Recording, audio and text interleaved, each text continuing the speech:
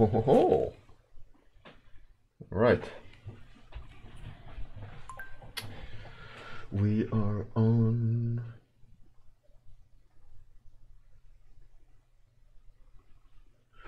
For those interested, I posted the 3 latest dark fantasy sketches on ArtStation. If anyone have a look, go ahead. Hey Provost, morning. Quentin, what up? So on the far right, all the way over there, I have put up the gallery of what you guys have been doing. You people. I don't want to assume. Hey, Atski, there, Bart, how's it going? Yeah, so some really cool stuff. I just downloaded everything and put it in a folder. I think there's some really cool things happening. Some really good good thumbnails and good sketches, and great to see that you're planning it out.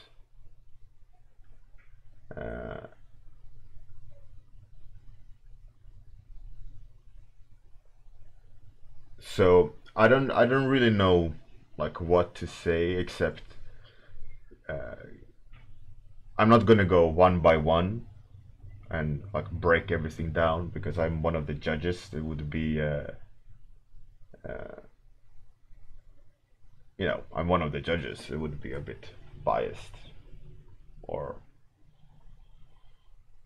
so on. But I'll talk about stuff that I notice. 1 second.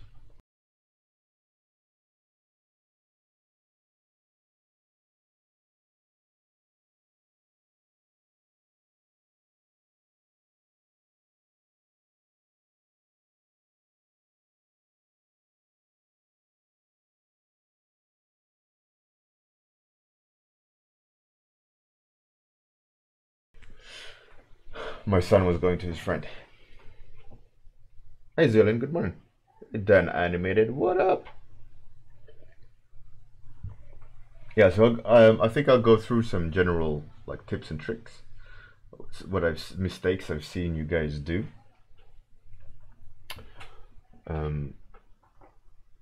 I think I'll be sketching while talking, so a lot of it will be words rather than visual examples, if that makes sense.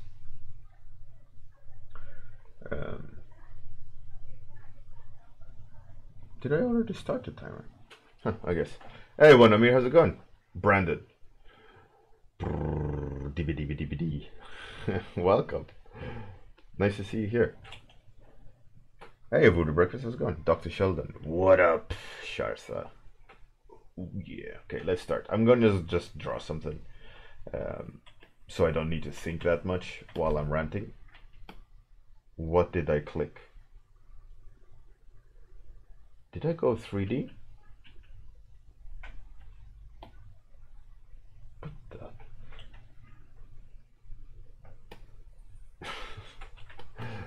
Okay, so one thing I've noticed in a lot of these, especially environments, which I've mentioned to other people before, is the dangers of over-explaining something.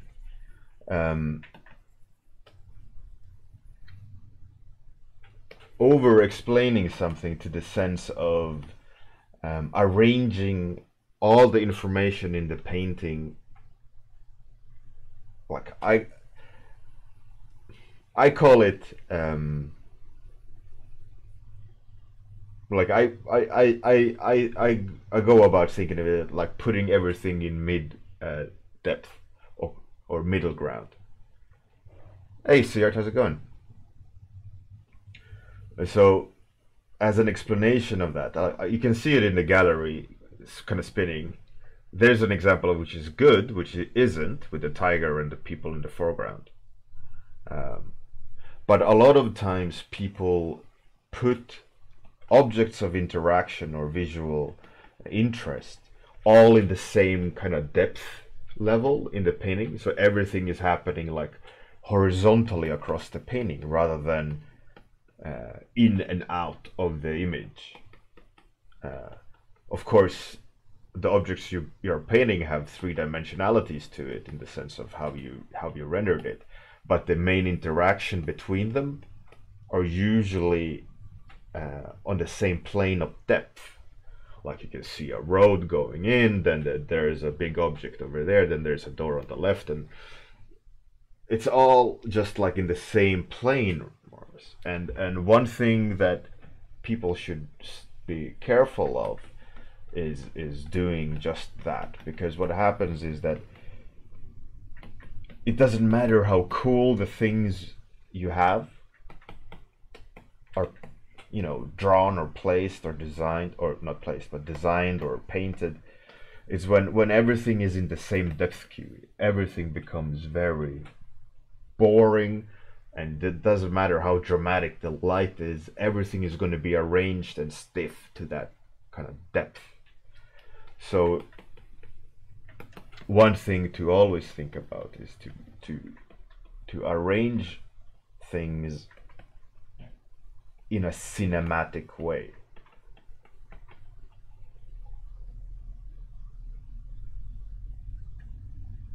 Hey Captain Post, how's it going? As an explanation of that, I mean, there is some really good environment artists and so on, and that you don't necessarily need a very dramatic depth or very dramatic camera angle to make it work. But a lot of the cases when you make it work, when it's quite a simple depth or a simple composition, it's carefully thought of placement of all the objects, rather than just placing everything in the same like middle ground. And then in the foreground there's maybe one object, and then there's a backdrop, and all the interaction becomes in the mid range. The dangers of doing that is that you are becoming very descriptive of the event or the scenario or the narrative or where the viewer should look. Like there's really no interaction with you as the viewer and what we're looking at. I mean, obviously, like I said, there is ways to make it work really well. For example, look at all old masters and so on, like how they painted, let's say, a room full of people. Mostly it's in the middle ground, right? There's no like dynamic camera angle because the paintings themselves are very explanatory, and the interaction between the characters is where the dynamics are happening. But what they managed to do is with that simple composition or placement in depth, they have enough complexity in light, posing, colors to help you direct the eye, right? And usually what happens is when you're doing a dramatic scene, let's say one of you you're making, as an example, as a magical monster shooting, you'll see it coming. I think it's Zealin. Is that a lot of interaction is far away, and we as the observer are standing very close, or I mean, we are standing on the ground observing the field, and that itself is nothing wrong. But as the creator of something, I'm not going to continue talking about that example, but if you're going to make a battlefield, this is, again, it's not about that entrance, this is just a hypothetical whatever, is you need to think about what you want to say, what's the important part, and then arrange absolutely everything in that composition to dictate what you needed to do. And in this instance, Zealin's instance is, like here, do we need to feel we are standing on that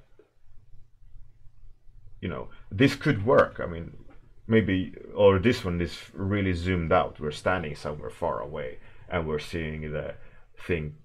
I mean, I'm not saying what you should change and keep, but just keep in mind of what you're telling with the crop, the placement, the narrative, all the little bits that's going to go into the painting to make it work. And I'm not saying that your angle is wrong. I'm just saying, as an example of what I was talking about. I'm not particularly like shitting on your entry here. Just like as a general thing to keep in mind for everyone. Simplicity in a composition can easily become stiff or boring or uninteresting when the components within there isn't strong enough. And strong enough could be lighting, color, brush marks, and if everything is, if you're scared of making a statement or having enough variety in there that triggers us to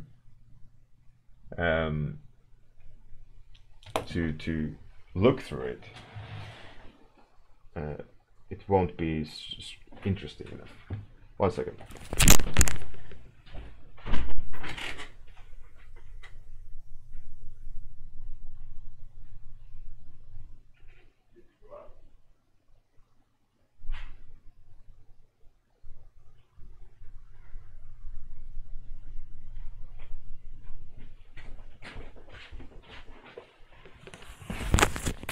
All right.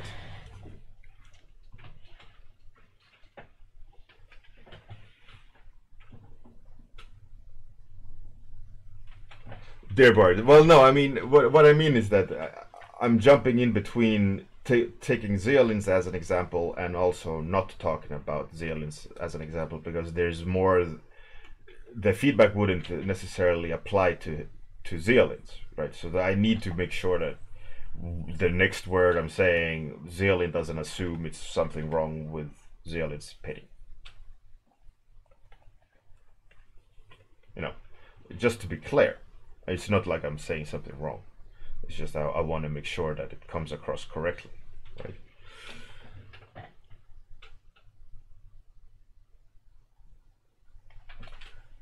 So a lot of problems is like I said, about being too scared or too precious about what's there and about explaining everything, and I can see this trend of like, let's say, placing everything in the midground, and then the light itself becomes very organized, and you start defining absolutely everything, and this equal attention to shadow and light in terms of detail. So the focal points become, or the general focus points of, like, usually what you do is the light being the dominant factor, or is the shadows being the dominant factor, as in, you know, like, is the light bloomed or not? Is the shadow simplified to the point where the highlights are the one that dictating the information and like the flow of the painting? Because if you go and look at old masters and so on, they are not describing equal amount between light and dark, due to the fact that it's ugly. Oh man, that's such a loaded sentence there. But it is true.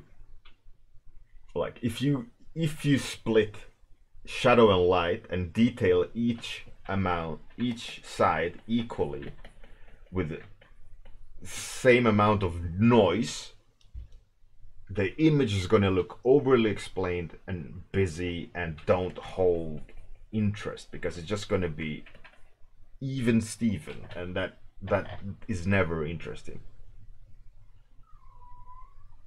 So what you gotta think about when you're deciding the light is, don't decide the light per object, in that sense of, I need to describe everything in this object. But what you should think about is, okay, what is the scene? Like, what do I want to explain? Where do I want to explain it?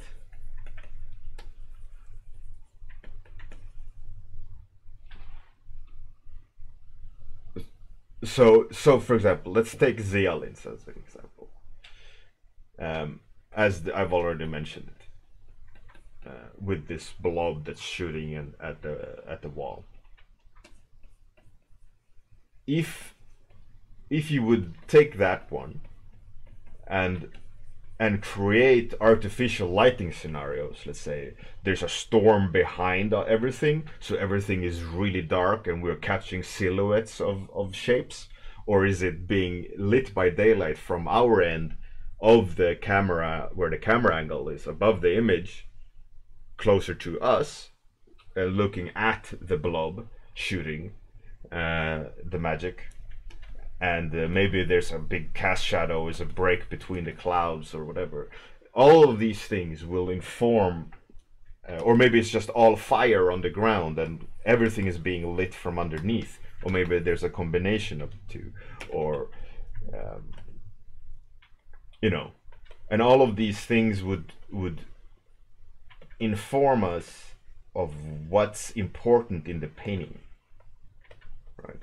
And the same goes for any other of these. Let's say this magician there. There is a version of it more rendered. You know, like, what's the main interest of this? Do we really need to see everything explained across the back? You know, what's the difference? Is it you know, as a narrative, if you look at old classic master paintings, they hide tons of shit everywhere. Things that are also not interesting, and things that are also added for the sake of, oh, I need some details over here. But one thing the old masters did for sure, due to the fact that they can't go back, they can't undo, so on, is that they plan the painting a lot more. They judge where the information is going to be, what lighting conditions I'm going to use. Compositional tools is a lot more thought through than I'm just going to sit down and paint something and hope for the best. You know, it's important to plan. And one thing that I suggested all of the artists to do on when we worked on the Division 1 was, when you've done your thumbnail, like placing everything, because what we did, we sourced a lot of photos, and did like a photo bash type thing, and then we adjusted everything with paint and corrections and adjustments and all these things to make it work. So it's small parts of photos placed in a composition so that we could start actually be creative on top of it, right? So what I suggested was, when you've done the basic composition of the generic items with broken light, with no treatment to them, either spend some time doing a mood sketch on top, like here's going to be smoke, here's going to be light, you know, like heavy-handedly go over all the details and make just like mood suggestions, like, okay, I want this over here, I want some fire here, so this is going to be a light. But so we could see the idea, like the intent. Where are you going to hide information? Where are you going to highlight information? Where's the eye going to travel? Is that going to work compositionally? And that was, we sent that as a separate thing. And also, most of the times we didn't send it, we just showed it internally for us, or for me, so that I could look at it and go, yeah, that's a great idea, I think that composition will work. Or you know, the client wanted highlighted the dump trucks or whatever, and in your suggestion the dump trucks are going to be quite lost in the painting. Random, random scenario. But the fact that the artist had to sit and think about, okay, these are the changes I'm gonna do on top, made the paintings so much better. Because a lot of the times they just added it and described all the data, so to say, information in the painting generically. Like, here's this can, here's this truck, here's this house, here's this electrical socket, whatever, and it just become noisy. And then when it was their turn to start making it into a concept, right, making it into a mood and style and composition, it usually became very safe, and they started noodling highlights and the light was always flat and uninteresting, because they didn't take the step to be bold enough to use the light as a compositional tool itself. So by doing that exercise a few times, the artists started realizing, okay, what is the light, like the actor of the light as an actor on each concept, and they started making a lot stronger concepts due to it.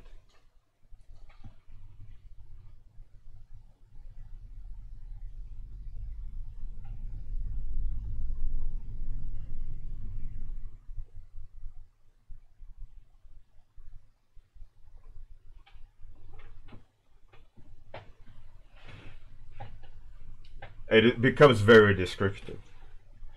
And for example, the one that with the monster there, the full version that this artist is. Here's a good example of where the light is an actor of itself, and the information is arranged so it reads correctly. I mean, I'm not saying that's like perfect, but it's a good indicator of a route to take, where you can suppress information, so you don't need to render absolutely everything. You can let things just sit in shadow and let that become an actor within the composition.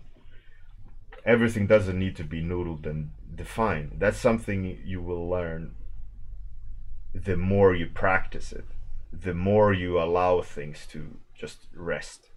And I think speed painters, really skilled speed painters, do that really well. Like, they know where a textural brush mark will say just as much as you sitting and noodling on it for 2 hours.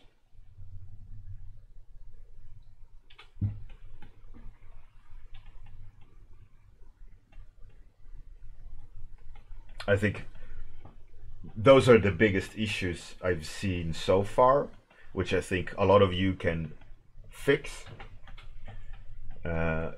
Just be careful with the light, so the light isn't generic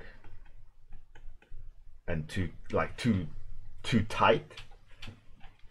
Like, don't worry so much about having perfect rim light on every form, but think more of the big picture. Like, maybe I need a smaller high rim light over here. That's just a little mark, rather than every form having that perfectly evenly thick rim light around each form, because then you're not treating the painting, you're treating each object separately.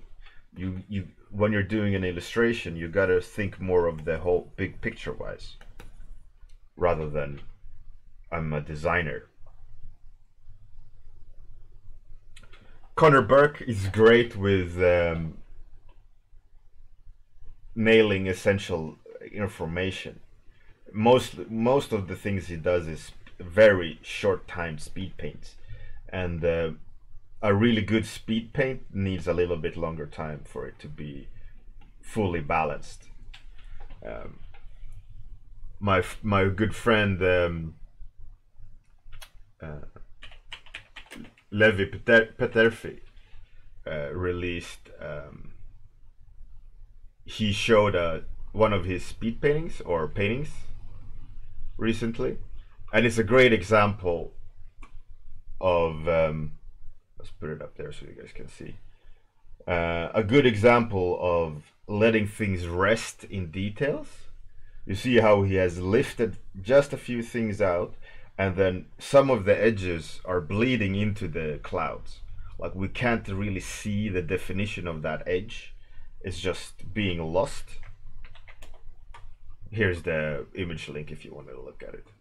And then other places he's adding a lot more texture, and there's a rhythm, but if you look at it, what's actually painted and how many like perfect rim lights are there, and where is the information going through, we're like flowing like a snake towards the camera in the painting. The same goes with the highlights and edges. Like here's a lot of soft edges, a lot of sharper edges, and it helps dictate the thing. And when you start over defining everything and treating everything as an object of itself, it's becoming too stiff, and you're tightening the image where it doesn't need to be tightened, and then you're going to struggle with definition. You're going to start defining everything. Best is to, like the old masters did, think about elements that you're going to use. How are you going to light them? Where do you want the eye to go? And then start implementing them, rather than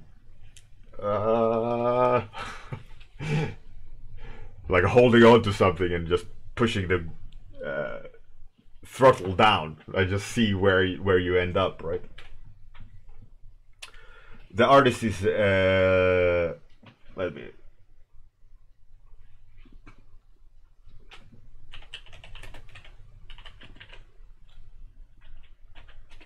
ArtStation. He used to go by the name Samson Reaper, but he's a matte painter, also a speed painter. I love the way he does his speed paintings. On his ArtStation, it's very outdated, but if you go to his website, you can just Google his name and you'll find his website. You'll see a lot more things. His ArtStation is very outdated.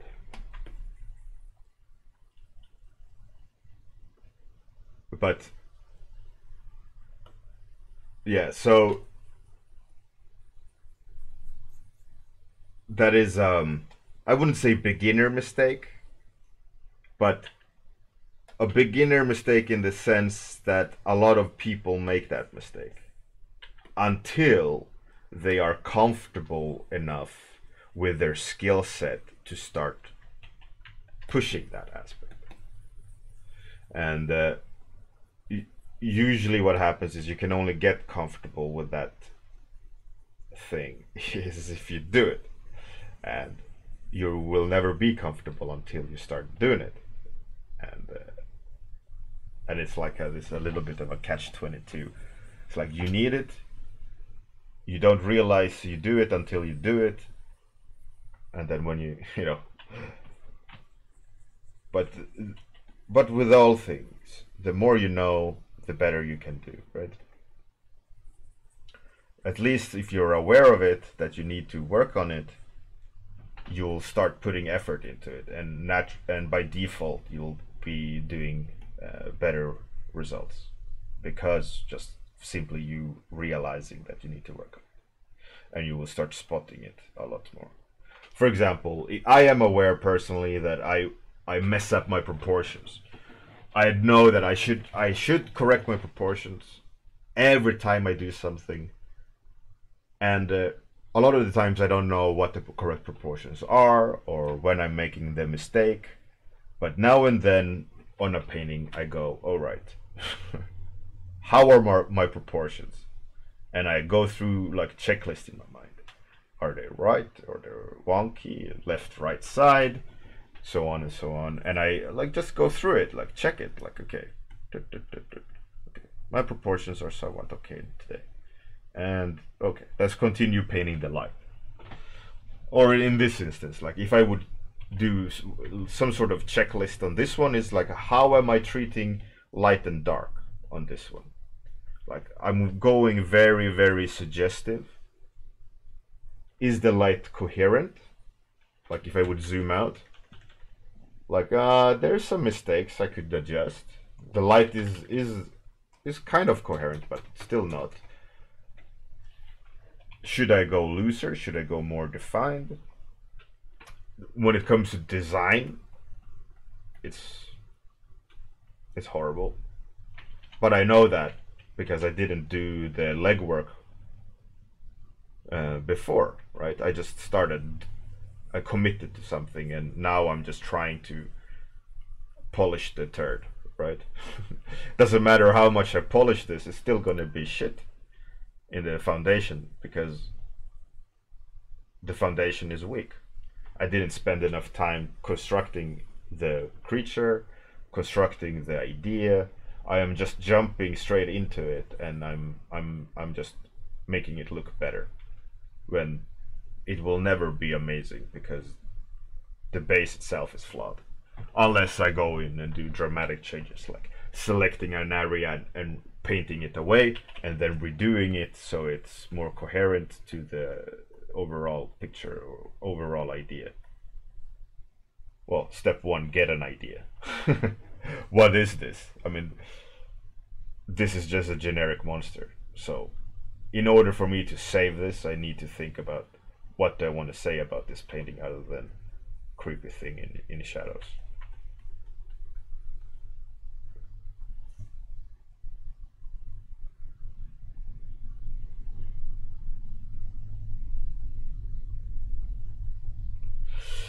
Zealand, yeah, I mean, narrative, what I mean about narrative is what's the story of the painting, not like what's the backstory of absolutely everything and why is this monster green and does it like fish or hot dogs. But the narrative is like, if I would put in the hey listen fairy here, it changes the narrative of the painting, right? The monster is like looking up at Navi, is that what it's called? Like, oh, it wants to eat the fairy. And then you go, okay, is that interaction strong enough? Or if I don't want that narrative, you know, is the fire in the background? What elements of fire am I? Is he like biting a mouse or that kind of narrative? If you have that big blob of yours, what is that big blob of yours doing? Where is it shooting? Is it important to the visual narrative that it's shooting to that spot and not towards the camera, or you know, those type of things of narrative. You're hearing the art station noise? Oh, where's art station? Oh. Plop.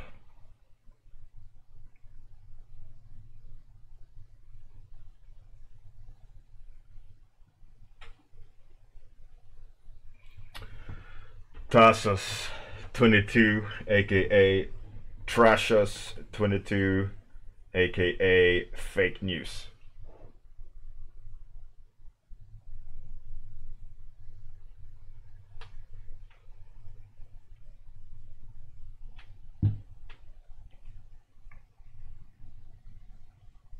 DBDBD, DBDBDD. Well, either that or do line art. Or the thing with like comic artists and line art, they also let things just sit.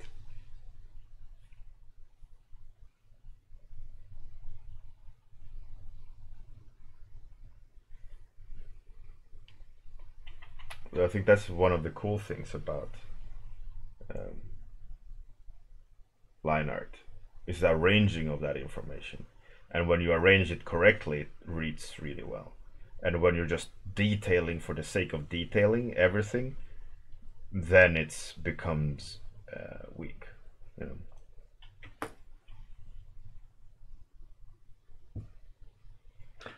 Tassos, do that.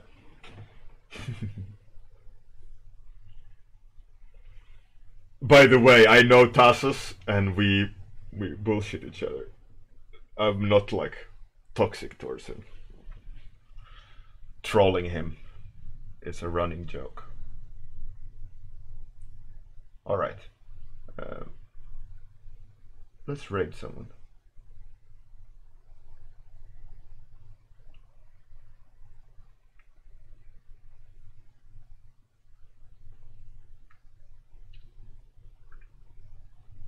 Let's raid someone I haven't raided in a while. Or at all. I'm not sure if I...